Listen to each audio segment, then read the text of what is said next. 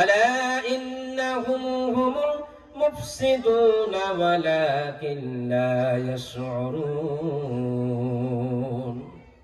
আল্লাহ রাব্বুল আলামিন বলেন তারাই তো হাঙ্গামাকারী, কিন্তু তারা উপলব্ধি করতে পারে না।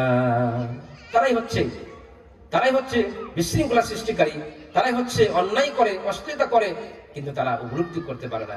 কেন উপলব্ধি করতে পারে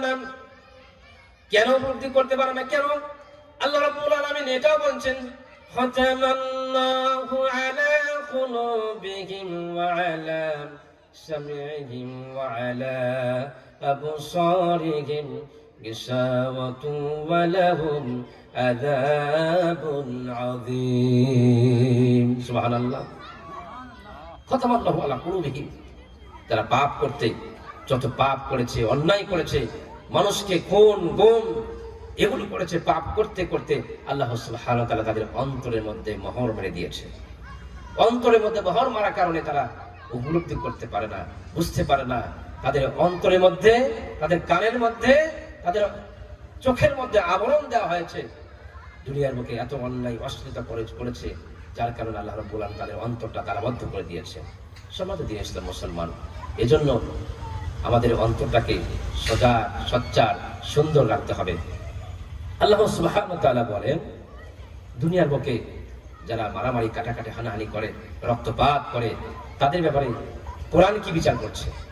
তাদের ব্যাপারে কোরআন কি সুবিচার প্রতিষ্ঠিত করছে?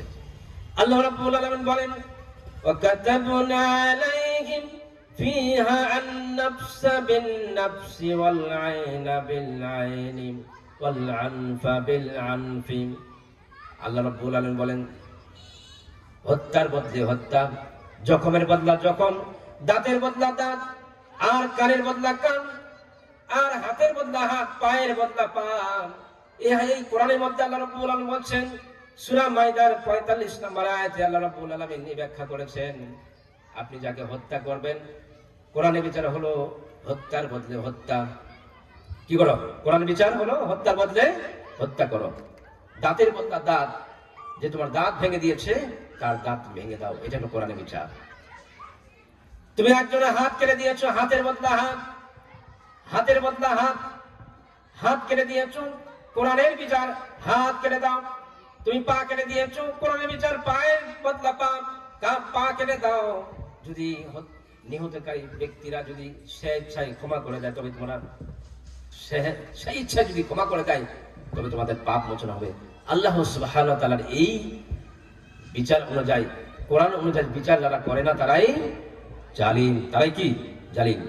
আল্লাহ সুবহানাহু ওয়া তাআলা বলছেন, قُلْنَا اهْبِطُوا مِنْهَا جَمِيعًا فَإِمَّا يَأْتِيَنَّكُم مِّنِّي هُدًى فَمَن تَبِعَ هُدَايَ فَلَا خَوْفٌ عَلَيْهِمْ وَلَا هُمْ يَحْزَنُونَ।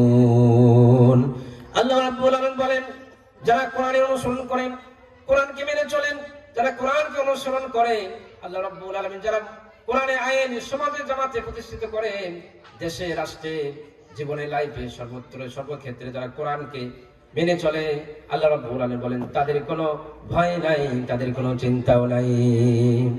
আল্লাহ রাব্বুল আলামিন বলেন, قُلْنَا اهْبِطُوا مِنْهَا جَمِيعًا فَإِمَّا يَأْتِيَنَّكُم مِّنِّي هُدًى فَمَن تَبِعَ هُدَايَ فَلَا خَوْفٌ عَلَيْهِمْ وَلَا هُمْ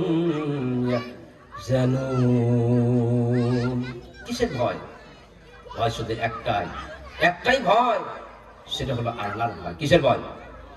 কোরআনের বিচার যদি, কোরআনের অনুযায়ী বিচার হতো, চোর চুরি করে গিয়েছে, হাত কেটে দাও।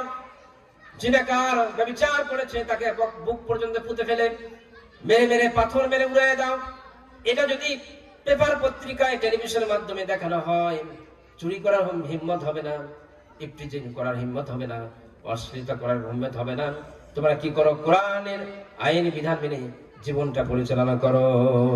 কোরআনের আইন বিধান তোমরা যদি বাস্তবায়ন করো, কোরআনের বিধান অনুযায়ী তোমরা যদি লাইফ জীবন পরিচালনা করো, আল্লাহ সুবহানাহু ওয়া তাআলা বলেন তাদের কোনো ভয় নাই, তাদের কোনো চিন্তা নাই।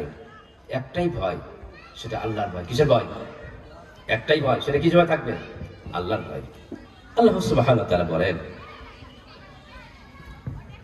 ওমান আহসানু কাওলাম মিম্মান দাআ ইলাল্লাহি ওয়া আমিলা সালিহান ওয়া ক্বালা ইন্নানি মিনাল মুসলিমিন।